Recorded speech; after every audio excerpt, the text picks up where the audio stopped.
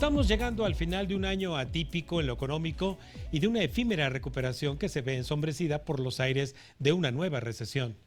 Cuando creíamos haber visto luz al final del túnel después del confinamiento del 2020 y una tenue recuperación en el 2021, ahora el enemigo público número uno, la inflación, se manifiesta como no lo había hecho en los últimos 20 años y amenaza con permanecer indeterminado tiempo, lo que ha orillado a muchos países a hacer ajustes monetarios que ahora amenazan con llevar a sus economías a frenar bruscamente y desencadenar efectos recesivos.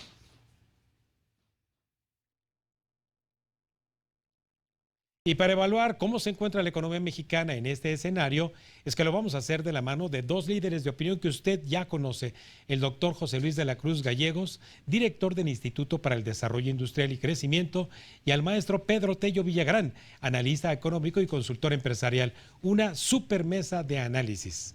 Muy buenas noches, José Luis, y muy buenas noches, Pedro. Muy buenas noches, Raimundo, buenas noches. Amigos míos, bueno, pues les agradezco muchísimo porque qué mejor que escucharlo de la voz de ustedes, el saber cómo se encuentran las entrañas de nuestra economía, sobre todo cuando hemos pasado en estos días por el informe trimestral del Banco de México, los resultados de la encuesta de arranque del mes de diciembre, a los consultores de economía que evalúa el Banco de México, y bueno, ¿cómo se encuentran estas expectativas en el marco, sobre todo, de los resultados de hoy de la inversión fija bruta, mi querido José Luis? Bueno, yo creo que en esencia lo que tenemos es una serie de elementos que nos plantean un claroscuro. ¿A qué me refiero? Por un lado, sí habría que considerarlo, entre los meses de julio y octubre se han observado cifras de crecimiento económico atípicas, probablemente poco esperadas, en donde durante algunos meses hemos observado crecimientos que superan el 4% y muchos de ellos vinculados a un repunte igualmente inesperado de lo que se conoce como el sector servicios, fundamentalmente el más vinculado al mercado interno, en donde el comercio al por mayor, el comercio al por menor, los transportes y los servicios de alojamiento tuvieron crecimientos realmente considerables. Entonces tenemos un repunte en la actividad económica que al mismo tiempo convive con otros aspectos no tan favorables.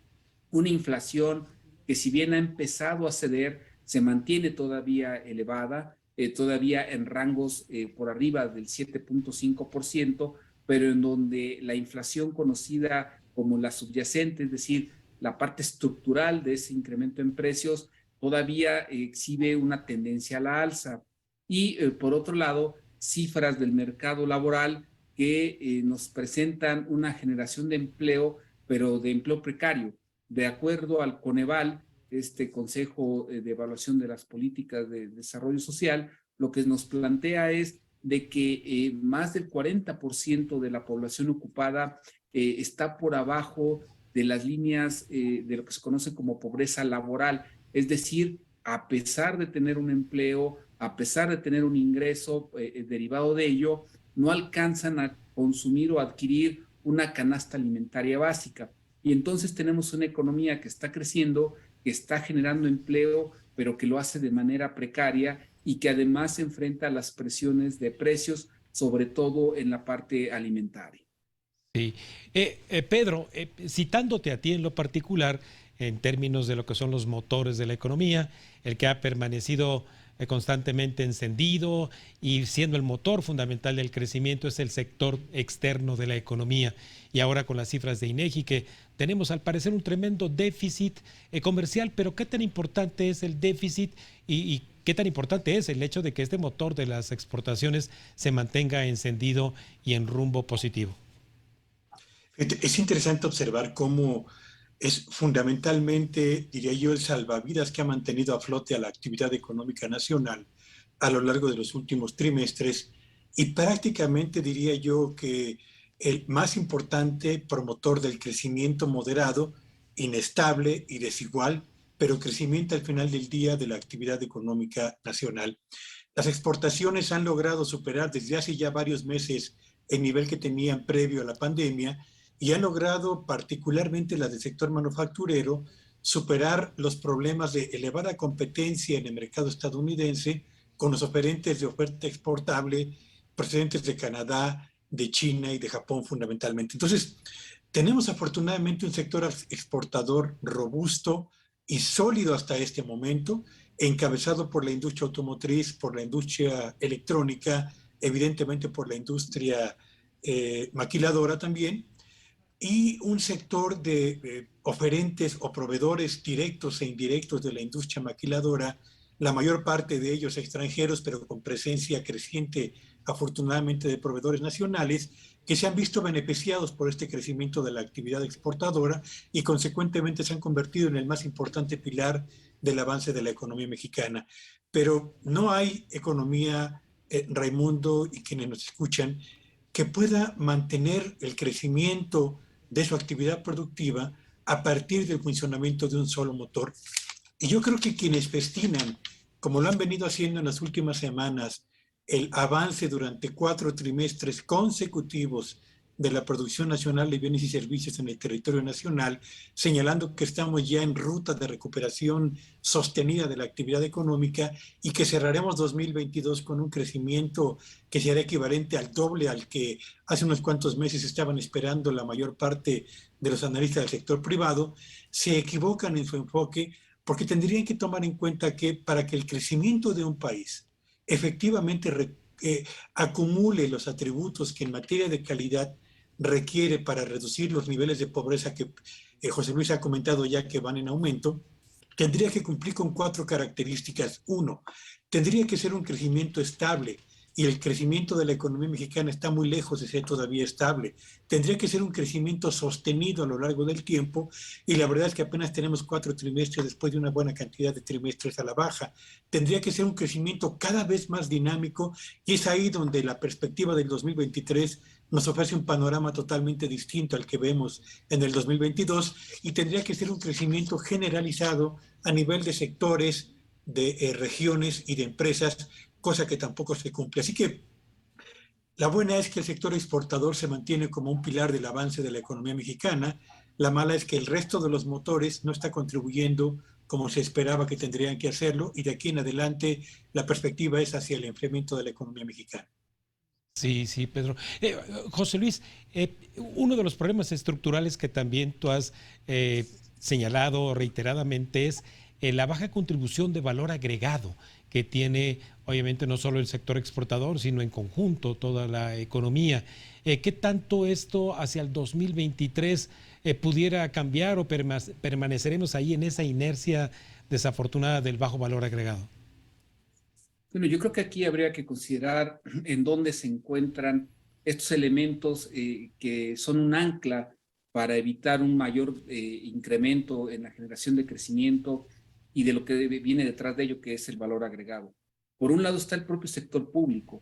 Si nosotros revisamos las cifras macroeconómicas del sector público en sus 3 niveles de gobierno, lo que vamos a ver es que es ahí en donde se tiene ya ni siquiera una tasa de crecimiento promedio positiva, sino negativa.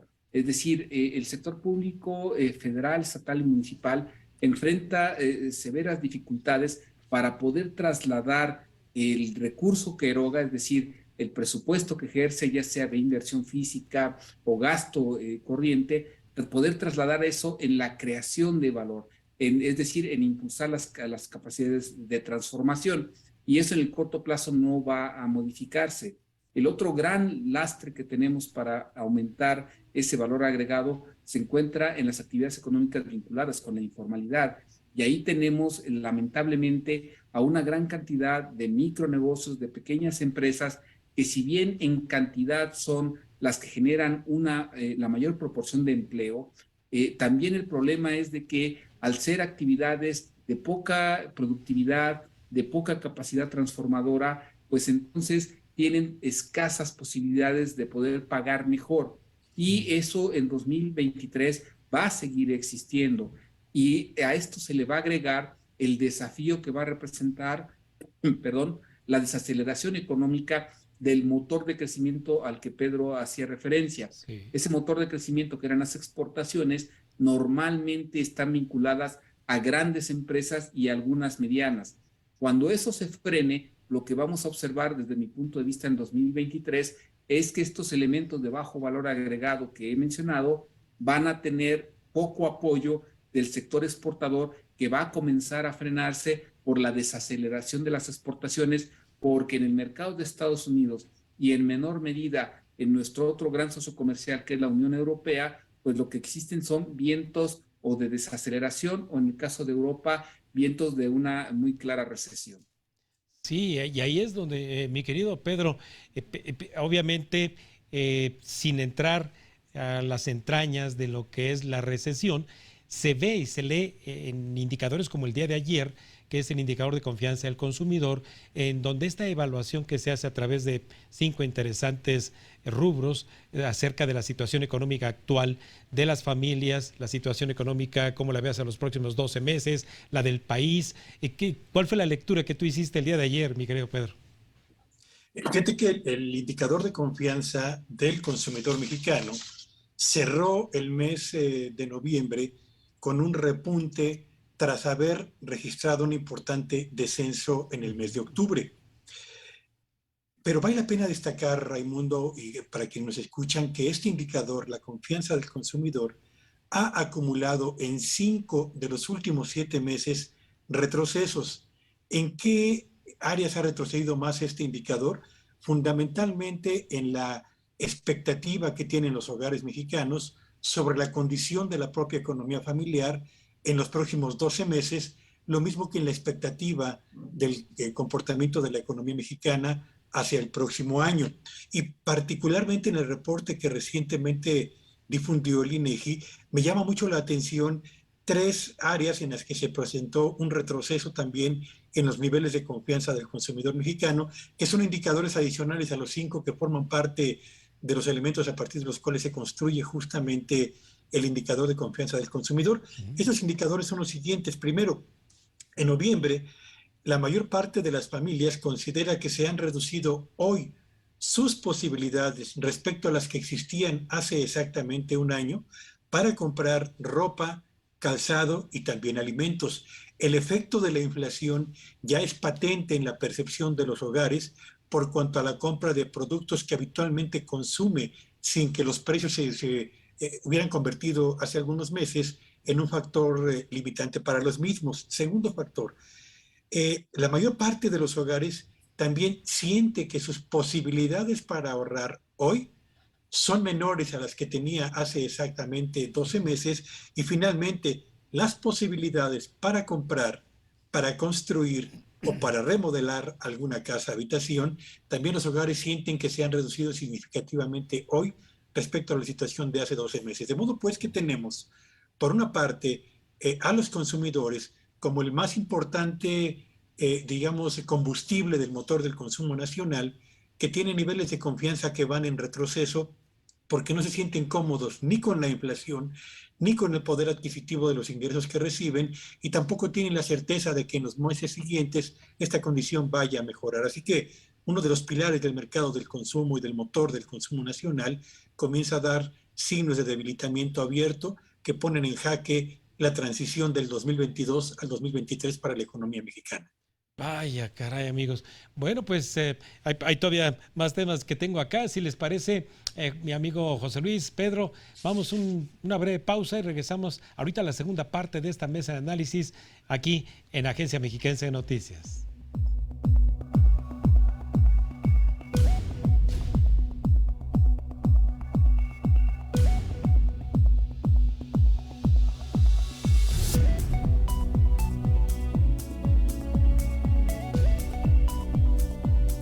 Estás viendo Cuentas Claras con Raimundo Tenorio.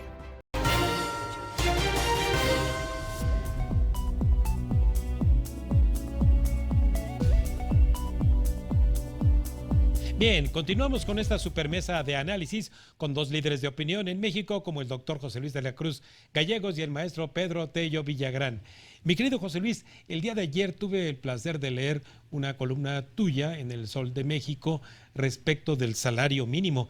Yo lo invito a quien se perdió esta columna el día de ayer que la lea porque yo diría que más allá del salario mínimo que hay en términos de productividad y competitividad, que es lo que a la economía le interesa, mi querido José Luis.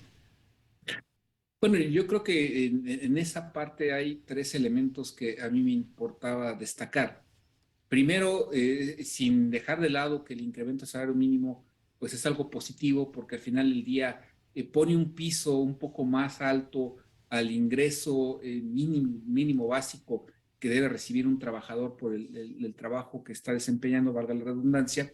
Me parece que al mismo tiempo tendremos que ser muy claros en plantear que esos incrementos históricos en el salario mínimo no necesariamente han repercutido en mejoras en la calidad de vida de la población, fundamentalmente por el hecho de que, como mencionaba hace un momento, la pobreza laboral que mide el INEGI, el Coneval, con información del INEGI, lo que nos está mostrando es de que el 40% de la población sigue con un ingreso que está por abajo de lo que se requiere para comprar una canasta alimentaria. Y entonces el primer punto es que hay algo paradójico. Tenemos incrementos históricos en el salario mínimo, pero eso no repercute en que mejoren los ingresos del total de los trabajadores en el país, tanto en la economía informal como en la formal. Y esto nos lleva a un segundo punto, que entonces en realidad lo que tendríamos que estar planteándonos es de por qué eso no está ocurriendo. Y en esencia, lo mencionabas muy bien, es porque la mayor parte de la economía tiene niveles muy bajos de productividad laboral y de lo que se conoce como productividad total de los factores. Es decir, en realidad tenemos a una proporción importante de la economía en la informalidad, en giros económicos que le implican baja capacidad de transformación y que eso a final de cuentas se acaba reflejando en bajos ingresos, bajos salarios para la población. Y ahí tenemos sobre todo mucho de lo vinculado a la parte del sector servicios. Y mientras eso no mejore, pues evidentemente que aunque por decisión aumentemos salarios, pues los ingresos reales de los trabajadores en general no se van a incrementar. Y el tercer aspecto que es, desde mi punto de vista, importante resaltar, es que entonces tenemos que ir hacia plantear los elementos estructurales que necesitamos reactivar de la economía, que fundamentalmente son crecimiento económico, y para que ello ocurra, hablar de productividad, hablar de innovación, de mejoras en el sistema educativo, de financiamiento, de política industrial, es decir, de toda una serie de elementos que son los que en el mediano y largo plazo van a generar que el país crezca más y que además lo haga de manera más sostenible y equitativa. Sí, caray. Mi querido Pedro, tendremos un año más con niveles récord de llegada de remesas familiares, casi 58 a 59 mil millones de dólares. Esto contribuye a fortalecer el crecimiento económico, en particular por la vía del consumo, a resolver parte de estos ingresos a los que se refería José Luis. Yo creo que las remesas son parte del paracaídas o de esa red de contención social que se ha articulado no con recursos ni con el esfuerzo productivo nacional, sino de quienes están más allá de nuestras fronteras, y ha impedido que un mayor número de hogares incurra en niveles de pobreza y por supuesto que la pobreza laboral también sea creciente, como lo ha bien comentado José Luis. Pero debemos recordar que finalmente las remesas dependen del nivel de empleo que prevalece en Estados Unidos, lo mismo que del nivel de ingreso que allá existe.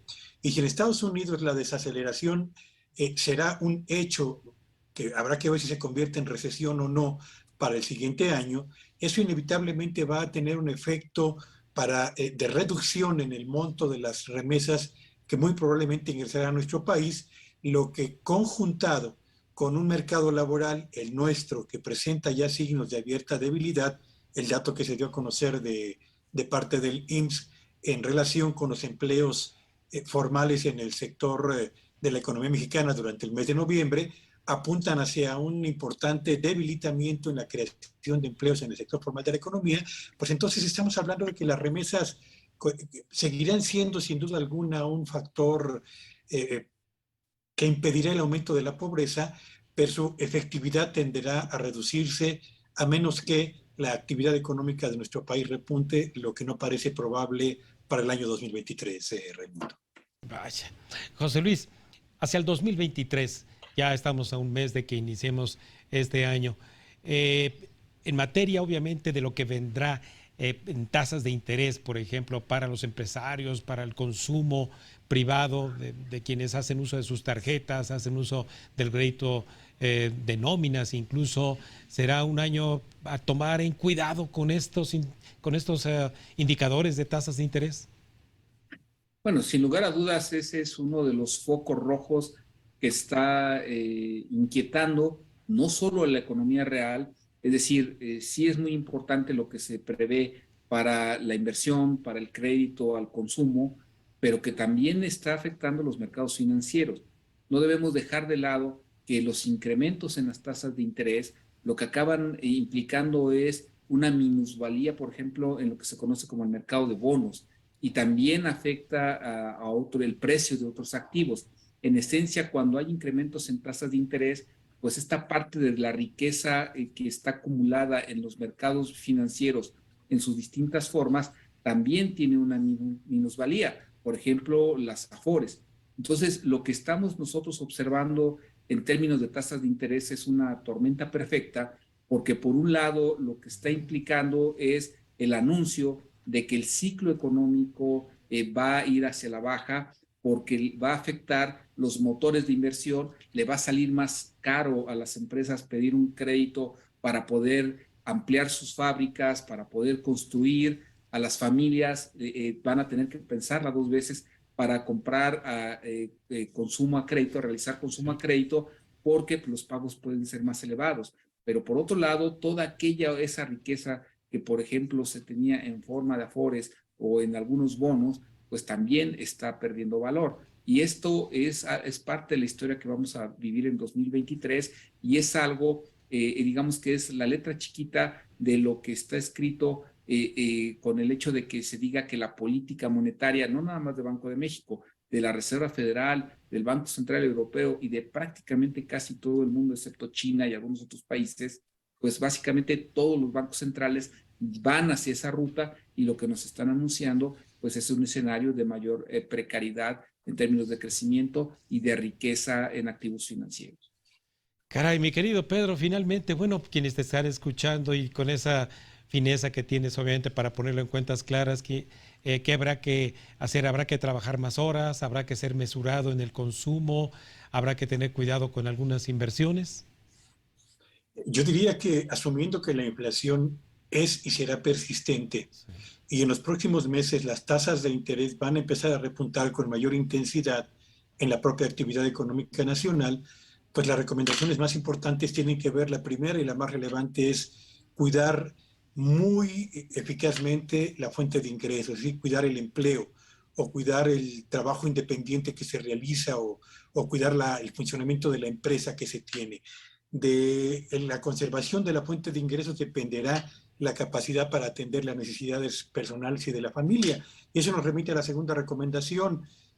Cuide y gaste inteligentemente el presupuesto familiar, estableciendo una lista de los aspectos o la lista de productos y servicios que son absolutamente indispensables para garantizar un nivel digno de vida y prescindiendo temporalmente de aquellos bienes y servicios que no son tan indispensables en el corto plazo. Y por último, cuiden mucho su nivel de endeudamiento. En tarjetas de crédito, lo mismo que en crédito automotriz o en crédito de vivienda, crédito personal o crédito de nómina, y en el crédito de las empresas, hay una tendencia evidente al aumento en el costo del financiamiento.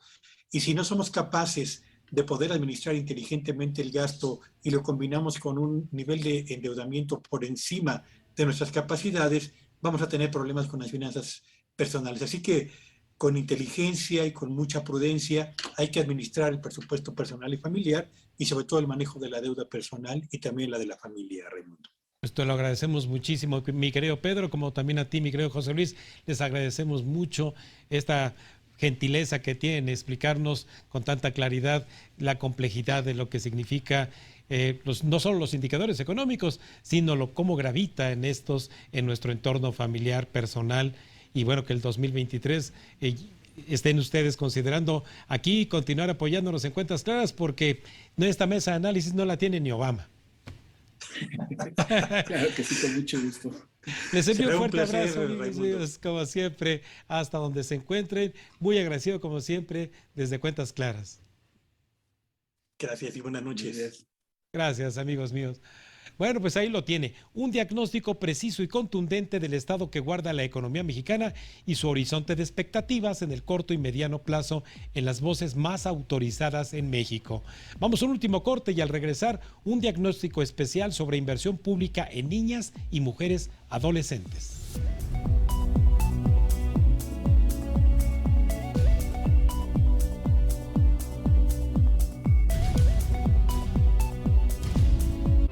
Estás viendo Cuentas Claras con Raimundo Tenorio.